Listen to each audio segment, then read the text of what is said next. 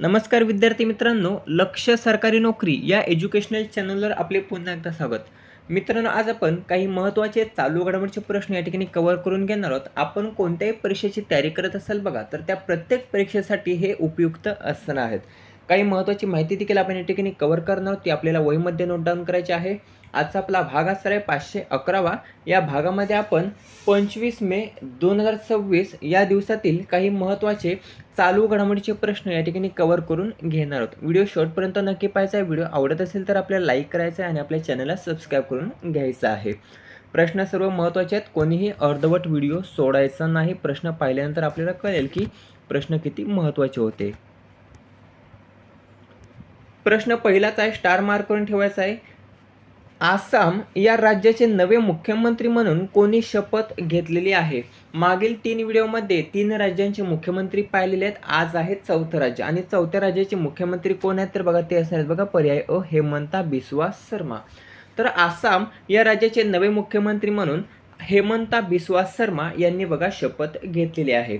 काही दिवसांपूर्वी 126 जागांसाठी आसाममध्ये विधानसभा निवडणूक पार पडली आणि त्यामध्ये 82 जागा ह्या भारतीय जनता पार्टीने जिंकलेल्या आहेत, ज्या सर्वाधिक ठरल्यात, लक्षात ठेवायचं आहे.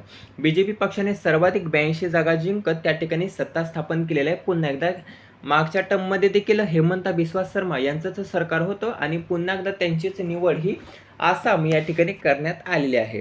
आता मुख्यमंत्री पदाची शपथ ही कोणी दिलेली आहे? तर लक्ष्मण प्रसाद आचार्य, जे आसामचे राज्यपाल आहेत. तर आसामचे राज्यपाल लक्ष्मण प्रसाद आचार्य यांनी बघा हेमंता बिस्वा शर्मा यांना आसाम या राज्याच्या मुख्यमंत्री पदाची शपथ ही दिलेली आहे. मागील 2-3 व्हिडिओमध्ये आपण पाहतच आहोत की मुख्यमंत्री जे असतात बघा, तर त्यांना शपथ जर आपण पाहिली तर ते त्या राज्याचे राज्यपाल हे मुख्यमंत्री पदाची शपथ ही देत असतात, लक्षात ठेवायचं आहे. आता 4 राज्य त्यांची नवीन झालेले मुख्यमंत्री पाहून घेऊया. हेमंता बिस्वा शर्मा आसामचे मुख्यमंत्री बनलेले आहेत. व्ही डी सतीशन हे केरळचे मुख्यमंत्री बनले आहेत. यांच्या अगोदर पिनराई विजयन होते. त्यानंतर जोसेफ विजय तमिळनाडूचे मुख्यमंत्री बनले आहेत. त्यांच्या अगोदर एम के स्टॅलिन हे तमिळनाडूचे मुख्यमंत्री होते. सुवेंदू अधिकारी हे पश्चिम बंगालचे मुख्यमंत्री बनलेले आहेत. त्यांच्या अगोदर ममता बॅनर्जी हे त्या ठिकाणी मुख्यमंत्री होते. 3 राज्यांचे मुख्यमंत्री बदललेले आहेत. हेमंता बिस्वा शर्मा अगोदर होते आणि आता देखील तेच आहेत, लक्षात ठेवायचं आहे. प्रश्न क्रमांक 2 पाहूया. दुसरा प्रश्न अतिशय महत्त्वाचा आहे, स्टार मार्क करून ठेवायचा, विचारला जाईल. भारताचे सर्वात वेगवान 100 मीटर धावपटू हे कोण ठरले आहेत? जर आपण पाहिलं तर भारताचे सर्वात वेगवान 100 मीटर धावपटू जर आपण पाहिले तर ते आहेत पर्याय क, गुरिंदरवीर सिंह. नाव लक्षात ठेवायचं आहे. गुरिंदर वीर सिंह हे भारताचे सर्वात वेगवान 100 मीटर धावपटू ठरलेले आहेत. गुरिंदर वीर सिंह यांनी 100 मीटर राष्ट्रीय विक्रम केलेला आहे. किती वेळामध्ये? तर फक्त 10.09 सेकंदामध्ये. किती? फक्त 10.09 सेकंदामध्ये त्यांनी बघा 100 मीटर अंतर हे पार केले असून राष्ट्रीय विक्रम हा केलेला आहे. यांच्या अगोदर हे जे काही अनिमेश कुजूर होते बघा, अनिमेश कुजूर, तर हे अनिमेश कुजूर भारताचे सर्वात वेगवान 100 मीटर धावपटू होते. त्यांनी हे अंतर जे आहे बघा, तर ते 10.18 सेकंदामध्ये पार केले होते. आता त्यांचा रेकॉर्ड हा गुरिंदर वीर सिंह यांनी मोडला असून त्यांनी फक्त 10.09 सेकंदामध्ये हे 100 मीटर अंतर पार केले असून भारताचे सर्वात वेगवान 100 मीटर धावपटू जर आपण पाहिले तर ते आता गुरिंदर वीर सिंह ठरलेल्यात, अगोदर होते अनिमेश कुजूर यांनी. हा जो काही विक्रम आहे तर तो कोणत्या स्पर्धेमध्ये केलेला आहे? तर 2026च्या फेडरेशन कप स्पर्धेमध्ये, 2026च्या फेडरेशन कप स्पर्धेमध्ये यांनी हा विक्रम केला असून या स्पर्धेचं आयोजन जर आपण पाहिलं तर आयोजन हे रांची या ठिकाणी करण्यात आलेले आहे. रांची या ठिकाणी. जगामध्ये जर आपण पाहिलं तर जगामध्ये सर्वात वेगवान धावपटू जर आपण पाहिलं तर उसेन बोल्ट आहे. उसेन बोल्ट यावर 2-3 प्रश्न विचारलेले आहेत. किती वेळेमध्ये पार केलेले आहे? तर 9.58 सेकंदामध्ये 100 मीटर अंतर पार केलेलं आहे. जगातील सर्वात वेगवान धावपटू कोण, असा प्रश्न विचारण्यात आला आहे. त्याचं उत्तर आहे उसेन बोल्ट. कोणत्या देशाशी संबंधित आहे? तर जमैका. जमैका या देशाचा तो उसेन बोल्ट आहे, जो जगातील सर्वात वेगवान धावपटू आहे. प्रश्न क्रमांक 3 हा देखील महत्त्वाचा आहे, स्टार मार्क करून ठेवायचा आहे. समान नागरी संहिता विधेयक सादर करणारे देशातील तिसरे राज्य कोणते ठरले आहे? हा प्रश्न महत्त्वाचा. याचं उत्तर आहे पर्याय ड, आसाम. आसाम हे राज्य आहे बघा, ज्याने समान नागरी संहिता विधेयक हे सादर केलेले आहे आणि असं करणारे ते तिसरे राज्य ठरलेले आहे. कितवे? तिसरे. आता तिसरे ठरलेले आहे, पहिले दुसरे माहिती पाहिजे. पहिलं आहे उत्तराखंड. देशामध्ये समान नागरी कायदा लागू करणारे देशातील पहिले राज्य जर आपण पाहिलं तर उत्तराखंड आहे. गोव्यामध्ये अगोदरपासूनच लागू होतं, त्यामुळे त्याचा प्रश्न येत नाही. भारत स्वतंत्र झाला त्यानंतर बघा समान नागरी कायदा लागू करणारे देशातील पहिले राज्य जर आपण पाहिलं तर ते उत्तराखंड आहे, लक्षात ठेवायचं आहे. त्यानंतर समान नागरी कायदा संहिता विधेयक सादर करणारे दुसरे राज्य जर आपण पाहिलं तर ते गुजरात आहे आणि तिसरे ठरलेले आहे आसाम. आसामचे मुख्यमंत्री मगाशीच आपण पाहिलेले आहेत, हेमंता बिस्वा शर्मा हे आसामचे मुख्यमंत्री असून लक्ष्मण प्रसाद आचार्य हे आसामचे राज्यपाल आहेत, लक्षात ठेवायचं आहे. आता हे जे काही समान नागरी संहिता विधेयक आहे तर ते सादर कोणी केलेले किंवा मांडले कोणी आहे? तर ते मांडलेले आहे अतुल बोरा यांनी. अतुल बोरा यांनी हे मांडलेले आहे आणि यावर 27 मेला चर्चा होणार आहे. केव्हा? 27 मेला. एक महत्त्वाचा पॉईंट आहे जो आपल्याला लक्षात ठेवायचा आहे. डोंगराळ आणि मैदानी अशा दोन्ही भागांतील आदिवासी समुदायांना या कायद्यातून बघा वगळण्यात येणार आहे. कोणाला वगळण्यात येणार आहे या कायद्यातून? तर डोंगराळ आणि मैदानी अशा दोन्ही भागांतील आदिवासी समुदायांना या कायद्यातून वगळण्यात येणार आहे, हे लक्षात ठेवायचं आहे.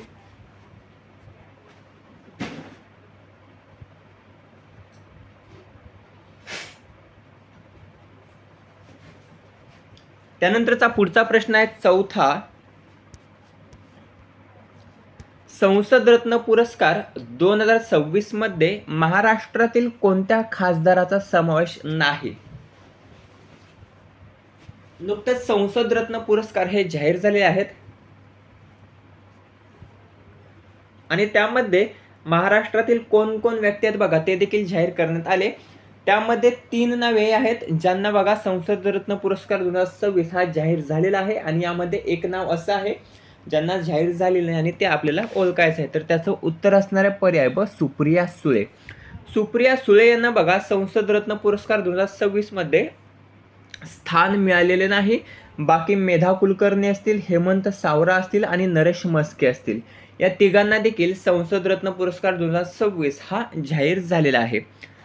संसद रत्न पुरस्कार 2026 मध्ये सर्वाधिक 5 खासदार हे महाराष्ट्रातून निवडण्यात आलेले आहेत. 5 खासदारांपैकी 3 नावे या ठिकाणी आपल्याला दिसत आहेत. एक आहेत मेधा कुलकर्णी, दुसरा आहेत हेमंत सावरा, तिसऱ्यात नरेश मस्के. 2 नावे कोणती?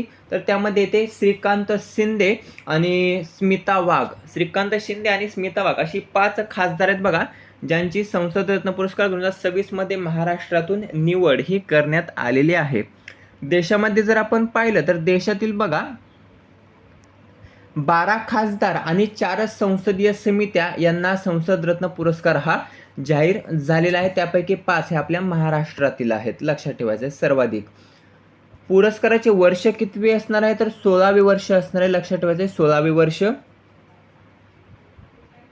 4 संसदीय समित्या जर आपण पाहिल्या तर त्या 4 संसदीय समित्या आहेत कृषी समिती, वित्त समिती, ग्रामीण विकास व पंचायती राज समिती आणि कोळसा व खाण समिती अशा 4 समित्या आहेत ज्यांना संसद रत्न पुरस्कार 2026 हा या ठिकाणी जाहीर हा झालेला आहे. 5 पैकी 4 लोकसभा खासदार आहेत आणि 1 राज्यसभा खासदार आहे, हे देखील लक्षात ठेवायचं आहे. आता यामध्ये राज्यसभा खासदार कोण आहेत? 5 पैकी जे राज्यसभा खासदार कोण आहेत याचं उत्तर आपल्याला कमेंट करून सांगायचं आपल्याला माहिती असेल तर. प्रश्न क्रमांक 5 आंतरराष्ट्रीय बिग कॅट अलायन्स शिखर परिषद 2026 कोणत्या ठिकाणी होणार आहे? तर आंतरराष्ट्रीय बिग कॅट अलायन्स शिखर परिषद जर एक प्रश्न माहिती असेल आपल्याला त्याचं उत्तर आपल्याला कमेंट करून सांगायचं आहे. आंतरराष्ट्रीय बिग कॅट अलायन्स आंतरराष्ट्रीय बिग कॅट अलायन्स याचं मुख्यालय कोणत्या ठिकाणी स्थापन करण्यात येणार आहे. मागे आपण कव्हर केलेलं आहे. जर आपल्याला माहिती असेल तर उत्तर कमेंट करून सांगायचं आहे. ही जी काही शिखर परिषद आहे आंतरराष्ट्रीय बिग कॅट अलायन्सची, तर ती होणार आहे बघा पर्याय क नवी दिल्ली या ठिकाणी. कोठे? नवी दिल्ली या ठिकाणी होणार आहे, परंतु ती पुढे ढकलण्यात आलेली आहे. होणार केव्हा होती? 1 ते 3 जून या दरम्यान ही होणार होती, परंतु ती आता पुढे ढकलण्यात आलेली आहे. या ठिकाणी 95 देश हे सहभागी होणार आहेत. थीम काय आहे? Save big cats, save humanity, save ecosystem. काय? Save big cats, save humanity, save ecosystem अशी यावर्षीची थीम आहे. भारताने 4 महत्त्वाच्या प्रमुख इंटरनॅशनल संघटना ह्या स्थापन किंवा सुरू केलेल्या आहेत. त्या 4 कोणकोणत्या आहेत? तर International Solar Alliance, Global Biofuels Alliance, International Big Cat Alliance आणि CDRI अशा 4 महत्त्वाच्या इंटरनॅशनल संघटना ह्या भारताने स्थापित केलेल्या आहेत. 6वा प्रश्न आहे, US director of national intelligence पदाचा राजीनामा हा नुकताच कोणी दिलेले आहे? तर पर्याय ड तुलसी गबार्ड. तुलसी गबार्ड यांनी बघा US director of national intelligence पदाचा राजीनामा दिलेला आहे. आता नावावरून आपल्याला कळत असेल की या भारतीय वंशाच्या असतील, परंतु तुलसी गबार्ड ह्या भारतीय वंशाच्या नाहीत. लक्षात ठेवायचं आहे. यांचे जे काही आई वडील आहेत बघा, आई वडील, तर त्या आई वडिलांनी हिंदू धर्म स्वीकारला होता आणि त्यामुळे तुलसी गबार्ड यांचं नाव बघा तुलसी हे हिंदू नाव पडले. लक्षात ठेवायचं आहे, कारण आईवडिलांनी हिंदू धर्म स्वीकारला होता. त्या भारतीय वंशाच्या नाहीत. तुलसी गबार्ड ह्या अमेरिकेच्याच आहेत आणि त्यांच्या आईवडिलांनी हिंदू धर्म स्वीकारल्यामुळे तुलसी हे नाव त्यांनी दिलेले आहे. लक्षात ठेवायचं आहे.